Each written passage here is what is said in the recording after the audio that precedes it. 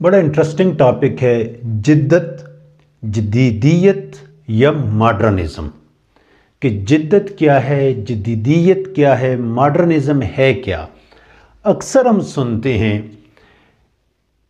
کہ فلاں کی اولاد ماڈرن ہو گئی ہے، یا فلاں شہر سے گاؤں سے دیہات سے شہر کی طرف آیا تو اس کی زندگی ماڈرن ہو گئی ہے۔ یہ جو موجودہ معاشرہ چل رہا ہے، جو رسم و رواج ہیں، تہذیب ہے، کلچر ہے، ثقافت ہے، وہ کیا ہو چکا ہے؟ ماڈرن ہو چکا ہے۔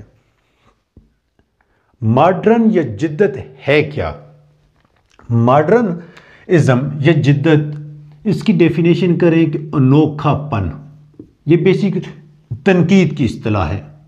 انوکھا پن، اچھوتا پن، نیا پن، نیا پن، نئے طرز، انوکھا ہو، جو قابل قبول معاشرے کے لیے نہ ہو، پبلک اسے اپنی ڈگر یا جو روایت ہے اس سے ہٹ کے ایک نظر میں اچھوتی نہیں دیکھے۔ ماڈرنزم لباس میں بھی ہے، بول چال میں بھی ہے، گفتگو میں ہے، رہن سہن ہے، رسم و رواج ہے۔ جدت کی جو اصل چیز ہوتی ہے وہ کیا ہوتا ہے کہ نیا طرز فکر ہوتا ہے، نیا طرز فکر ہو، نئے خیالات ہوں، نیا احساس ہو۔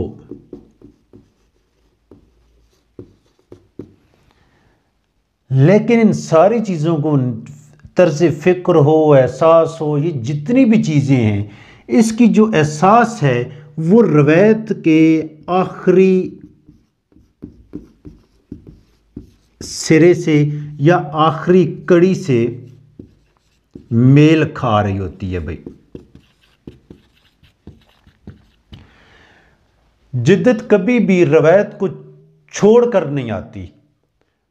روایت کی آخری جہاں پہ شکل معدوم ہو رہی ہو، اس سٹیپ سے، روایت سے ایک سٹیپ جو آگے اٹھایا جاتا ہے، اور وہ روایت کے آخری سٹیپ سے جو اگلا پہلا سٹیپ ہوتا ہے، اس پہلے سٹیپ میں ایک نئی طرز فکر ہو، نئے خیالات ہوں، نئی احساس ہو، نیا پیراہن ہو، اسے کہتے ہیں جدت، جدیدیت، ماڈرنزم کا نام دیا جاتا ہے۔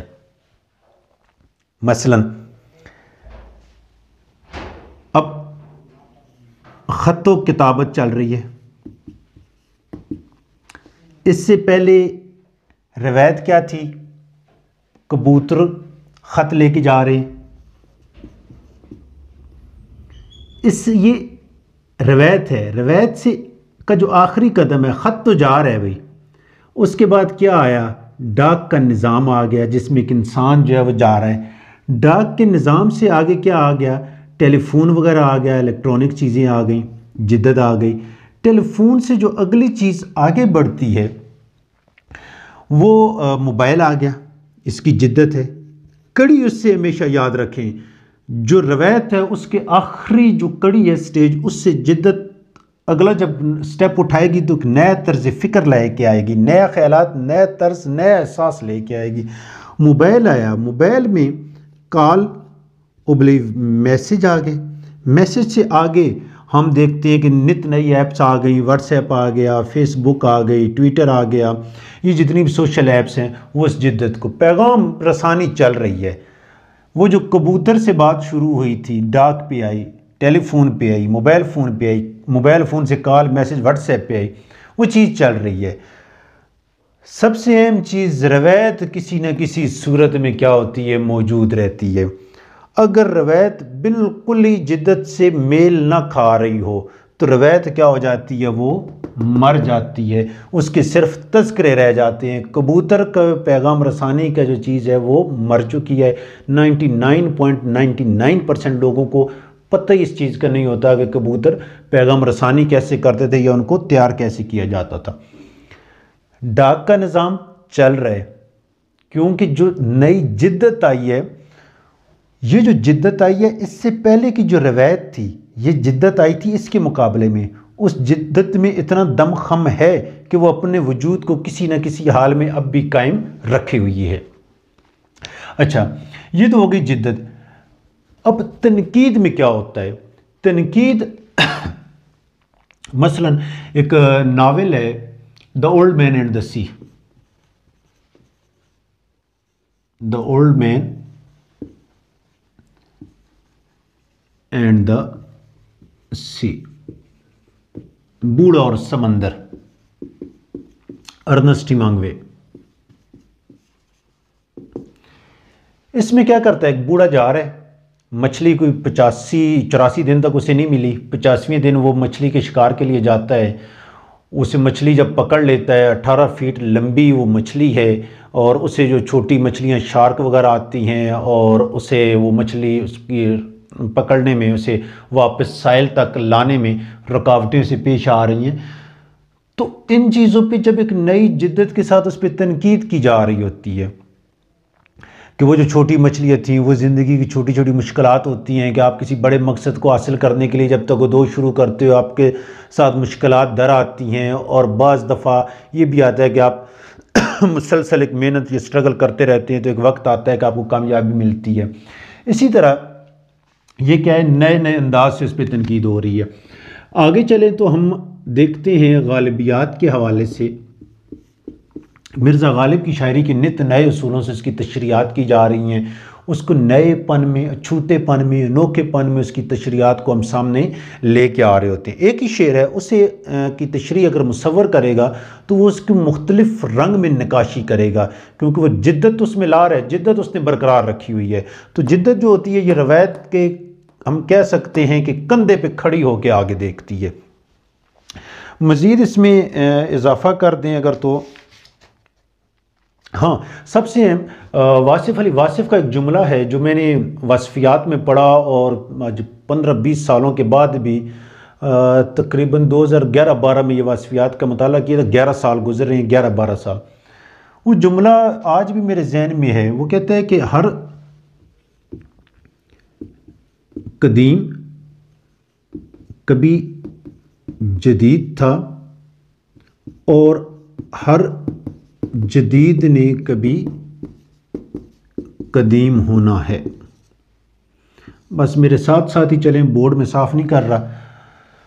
ہر قدیم کبھی جدید تھا، ہر قدیم کبھی جدید تھا، اور ہر جدید نے، موبائل آیا نا، کال میسج آئے، اور ہر جدید نے کبھی قدیم ہونا ہے۔ جب واٹس ایپ، ٹویٹر وغیرہ، فیس بک اور یہ ایپ آئیں تو یہ جو ہر جدید تھا یہ کیا ہو رہا ہے، قدیم ہو رہا ہے۔ ٹھیک ہو گیا؟ تو جدت جو ہے وہ ہمیشہ آگے بڑھتی ہے، جدت کا راستہ آپ نہیں روک سکتے۔ جس طرح نیچر یا فطرت کا راستہ نہیں روکا جا سکتا، اس طرح ماڈرنزم یا جدت کا راستہ نہیں روکا جا سکتا۔ لٹریچر کی طرف آئیں تو لٹریچر میں ہم دیکھتے ہیں کہ شروع میں داستان تھی، انسان کے پاس انٹرٹینمنٹ کے سورس ذرائع کم تھے تو وہ داستانیں سنائی جاتی تھیں، جیسے پنجاب کے کلچر میں ہیر رانجھا صدیوں تک رائج رہی، لوگ شادی بیاہ اور اپنی اس طرح کی محفلوں میں، گیدرنگ میں اس ہیر رانجھے کی داستان کے قصے سنایا کرتے تھے۔ داستان سے آگے جب جدت اس نے اگلا رخ بدلا، ناول آیا، ناول سے ناولٹ آیا،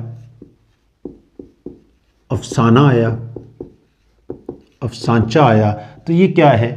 یہ جدت کو آپ نہیں روک سکتے۔ آج آپ واپس روایت کی طرف جائیں گے، داستان کی طرف، تو وہ اس سے معاشرہ جو جدت ہے وہ اس میں ایڈجسٹ نہیں ہو پائے گا، وہ اسے قبول نہیں کرے گا۔ ناول جو ہے آج بھی تخلیق ہے، ناول پہلے ضخیم ہیں، پھر اس کے بعد اس میں کمی آتی گئی، مختصر ہوتے چلے گئے، موجود ہیں جدت۔ ٹھیک ہو گیا؟ تو جدت یاد رکھ لیں، ماڈرنزم جو ہے اسے نہیں روک سکتے۔ ہمارے معاشرے میں اکثر کہتے ہیں کہ جی جب میں کالج میں پڑھایا کرتا تھا تو بچوں کے والدین آتے ہیں تو وہ کہتے ہیں کہ بچوں کو نا یہ موبائل سے جان چھڑوائیں، ان کی موبائل جدت ہے، اس سے آپ کنارہ کشی نہیں کر سکتے۔ موبائل جو جدت ہے وہ دیں بچوں کو، اس کو جدت کو پازیٹیویٹی میں، پازیٹیو سینس میں استعمال کرنے کے فائدے جو ہے وہ آپ حاصل کریں، لیکن آپ اس سے انکار نہیں کر سکتے۔